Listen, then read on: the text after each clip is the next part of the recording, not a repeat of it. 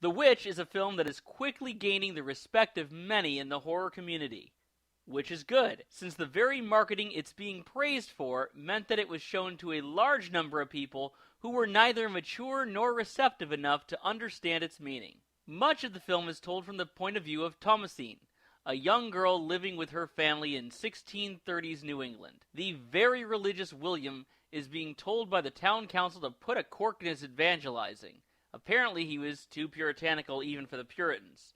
Refusing to be silenced, William gathers his family and leaves the safe confines of the town. They find a place in the wilderness where they can build a house and raise some crops. It all looks good at first, but the crops won't grow, the family is starving, and strange things begin happening around the house. When their youngest child is taken, things only get worse, and suspicion and doubt has the family slowly turning on one another in order to find the source of this bewitching. There is an intelligence permeating throughout The Witch that assures it doesn't play like your average horror film.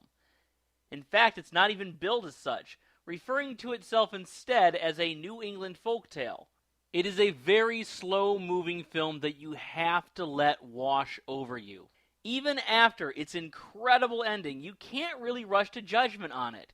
It's the type of film you think about for days afterwards, the type that only resonates more over time. It's also the reason why, even though this film is being praised for its marketing, it's facing a bit of a backlash that fans have had to shout down. There has been a lot of clever marketing with this film, with lots of outreach to various parts of the community through social media, and a risky but effective partnership with the Satanic Temple. But The Witch has also brought in the typical audience who didn't realize they were about to see a film that could never be considered typical in any genre. I can say that the theater I saw The Witch in was pretty full.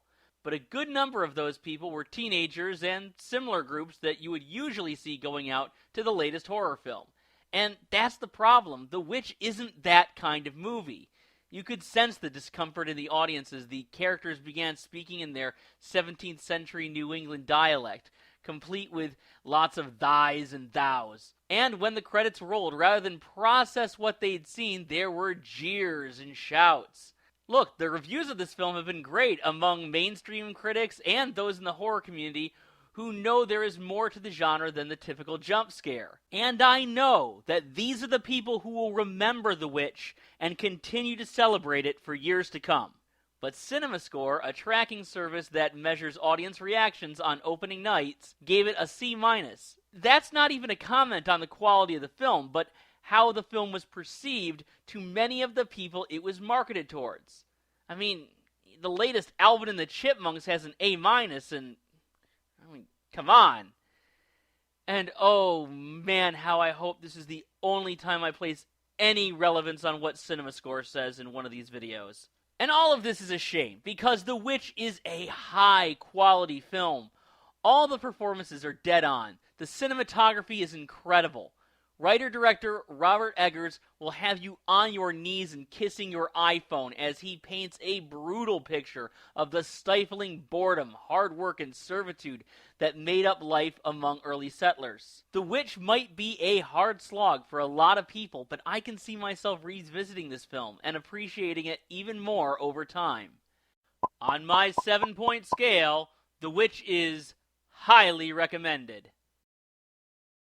And yeah, when your kid's best friend is a goat, maybe it's time to, I don't know, take him fishing.